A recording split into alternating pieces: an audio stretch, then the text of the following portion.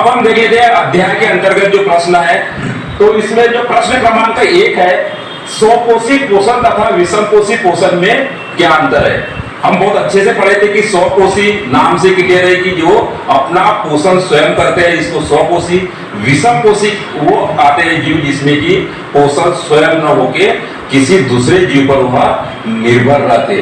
तो स्वपोषी कौन आते हैं, ये तो हम जानते हैं कि स्वपोषी पोषण के अंतर्गत जितने भी हरे पेड़ पौधे या जिनमें क्लोरोफिल पाया जाता है वह स्वपोषी पोषण के अंतर्गत आते हैं, क्योंकि यह सूर्य प्रकाश की उपस्थिति में वातावरण से कार्बन डाइऑक्साइड जड़ों द्वारा जल को ग्रहण करके क्लोरोफिल की उपस्थिति में प्रकाश संश्लेषण की क्रिया करते हैं, जिसके कारण यह कार्बनिक पदार्थ अर्थात कि अपने भोजन का निर्माण स्वयं कर लेते हैं। इनको स्वपोषी कहते हैं। वहीं पे विषमपोषी की अगर बात करें तो इनके पास क्लोरोफिल नहीं होता है, इसलिए यह प्रत्यक्ष या अप्रत्यक्ष रूप से दूसरे जीवों पर निर्भर रहते हैं। जैसे जीव जंतु जानवर जितने भी होते हैं ये सभी विषमपोषी के अंतर्गत आते हैं। तो आंसर क्या रहेगा, स्वपोषी पोषण में जीव बाहर से कार्बन डाइऑक्साइड एवं जल ग्रहण करके क्लोरोफिल एवं सौर प्रकाश की उपस्थिति में प्रकाश संश्लेषण की क्रिया द्वारा अपना भोजन स्वयं बनाते हैं, जबकि विषमपोषी पोषण में जीव प्रत्यक्ष या प्रत्यक्ष रूप से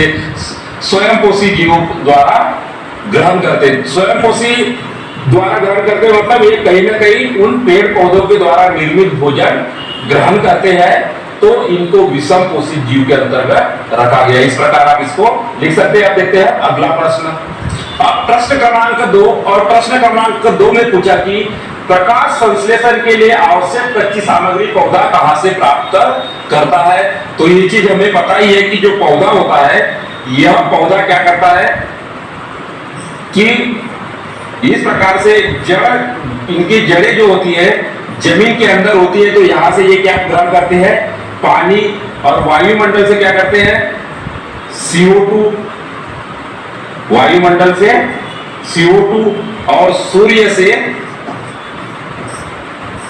प्रकाश, इसके द्वारा यह भोजन का निर्माण करते हैं। तो आंसर क्या रहेगा कि प्रकाश संश्लेषण के लिए पौधा जल कहां से ग्रहण करता है, मिट्टी के द्वारा या मृदा के द्वारा। यहाँ पे क्या है, ये मिट्टी तथा कार्बन डाइऑक्साइड कहां से ग्रहण कर रहा है, ये वायुमंडल से ग्रहण कर रहा है।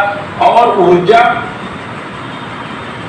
ऊर्जा सौर प्रकाश से प्राप्त करता है। जो सौर प्रकाश होता है यहां से यह ऊर्जा ग्रहण करता है या प्रकाश ग्रहण करता है, जिसके द्वारा कि यह प्रकाश संश्लेषण की क्रिया करता है। तो इस प्रकार इसका आंसर हो गया। आप देखते हैं अगला प्रश्न।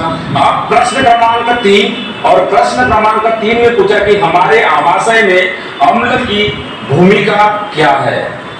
हमें पता है कि जो आमाशय में जो अम्ल का श्रावण होता है, यहाँ पे HCl जिसको कि हम हाइड्रोक्लोरिक अम्ल कहते हैं, इसका श्रावण जो होता है यहाँ पे अम्लराज कोशिकाएं जो होती है इनके द्वारा यह इसका श्रावण होता है। तो यह अम्ल जो होता है HCl, यह जो हमारे भोजन के साथ यदि हानिकारक जीवाणु हमारे आहार नाल में प्रवेश करते हैं तो उनको यह नष्ट कर देता है। और यहाँ पे एक एंजाइम्स का भी श्रावण होता है। इस एंजाइम्स को कहते हैं, जो पेप्सिन होता है यह प्रोपेप्सिन, या इसको हम बोल सकते हैं कि यह प्राइमरी स्टेज में होता है, जिसकी उपस्थिति में यह पेप्सिन में कन्वर्ट होता है। तो पेप्सिन के एंजाइम्स के क्रिया के लिए यह अम्ल जो होता है यह बहुत जरूरी होता है। और यह माध्यम को जो है यह अम्लीय बनाए रखता है। जो आमाशय का माध्यम होता है यहाँ पे अम्लीय माध्यम में यह पाचन की क्रिया होती है। लेकिन यदि HCl की मात्रा अधिक हो जाती है तो इसके कारण अम्लीयता या एसिडिटी हो जाती है। तो आंसर क्या लिखोगे, हमारे आमाशय में अम्ल भोजन के साथ हानिकारक जीवाणुओं को नष्ट करता है तथा माध्यम को अम्लीय बनाता है। अंडरलाइन कर लेना। पेप्सिन एंजाइम्स की क्रिया में यह सहायक होता है, लेकिन अधिक मात्रा में अम्लीयता या एसिडिटी पैदा करता है। तो इस प्रकार से आप इसका आंसर लिख सकते हैं। आप देखते हैं अगला प्रश्न। प्रश्न क्रमांक 4 और प्रश्न क्रमांक 4 में पूछा कि पाचक एंजाइमों का क्या कार्य है। तो हमें पता ही है कि जो एंजाइम्स होते हैं यह पाचन करने में प्रमुख भूमिका निभाते हैं। तो एंजाइम्स जो हमारे प्रमुख जो भोजन या जिसमें कार्बनिक पदार्थ हम कहते हैं, इन कार्बनिक पदार्थों को, जो जटिल पदार्थ होते हैं, इनको सरल कार्बनिक पदार्थों में यह तोड़ने का काम करता है। जैसे अगर बात करें कि जो कार्बोहाइड्रेट की बात कर रहे हैं, इसी प्रकार हम वसा की बात कर रहे हैं, इसी प्रकार हम प्रोटीन की बात करते हैं। तो यह हमारे प्रमुख मैक्रोन्यूट्रिएंट्स है और इसको पचाने के लिए अलग अलग एंजाइम्स का हम यहाँ पे उपयोग करते हैं। जैसे कार्बोहाइड्रेट के लिए जो एंजाइम्स होते हैं, तो यह कार्बोहाइड्रेट को काय में परिवर्तित कर देता है, यहाँ पे ग्लूकोज में परिवर्तित कर देता है। इसी प्रकार वसा के लिए जो एंजाइम्स होता है, वह वसा को वसीय अम्ल में बदल देता है, वसीय अम्ल। इसी प्रकार जो प्रोटीन होता है, इसको एमिनो अम्ल में बदल देता है, एमिनो अम्ल।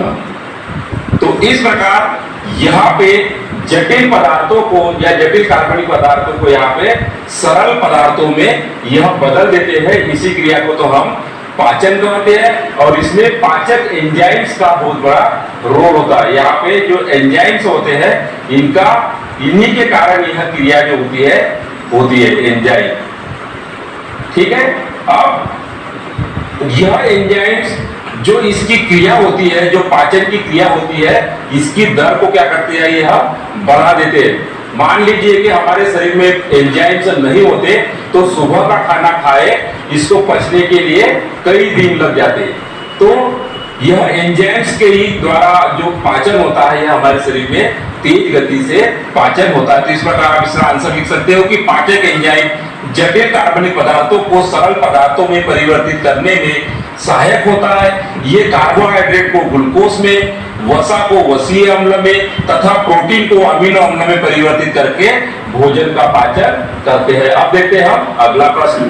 प्रश्न क्रमांक 5 और प्रश्न क्रमांक 5 में पूछा कि पचे हुए भोजन को अवशोषित करने के लिए क्षुद्रांत को कैसे अभिकल्पित किया गया है। क्षुद्रांत का मतलब क्या होता है, यहाँ पे हम छोटी आंत की बात कर रहे हैं, छोटी आंत को ही क्षुद्रांत कहते हैं। तो हमें पता है कि भोजन का जहाँ अवशोषण होता है वह छोटी आहार नाल में होता है, क्योंकि इसकी आहार नाल जो होती है यह काफी इस प्रकार से फोल्डेड भी होती है। और इसमें विशेषता की बात होती है कि इसमें क्या होते हैं, यहाँ पे रसांकुर होते हैं।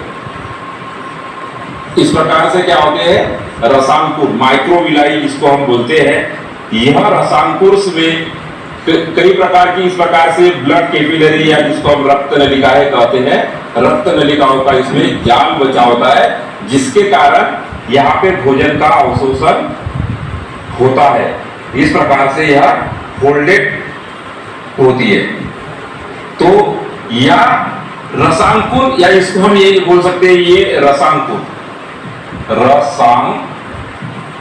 या इसी को हम क्या बोलते हैं, माइक्रोविलाई, जो कि अवशोषण की क्षमता को कई गुना बढ़ा देते हैं। तो आंसर क्या रहेगा कि जो क्षुद्रांत की भित्ति के आंतरिक स्तर पर अनेक उंगली के जैसे प्रवर्धक होते हैं, जिन्हें माइक्रोविलाई कहते हैं, ये अवशोषण का सतह क्षेत्रफल बढ़ा देते तथा इसके रुधिर वाहिकाओं की बहुतायत होती है, जो पचे हुए भोजन का अवशोषण करने के लिए अभिकल्पित किया गया है। इस प्रकार आप इसका आंसर लिख सकते हैं। तो यहाँ पे आपके जो अध्याय के प्रश्न है यहाँ पे अब समाप्त होते हैं। अब इसके बाद हम आगे इसको और स्टार्ट करते हैं।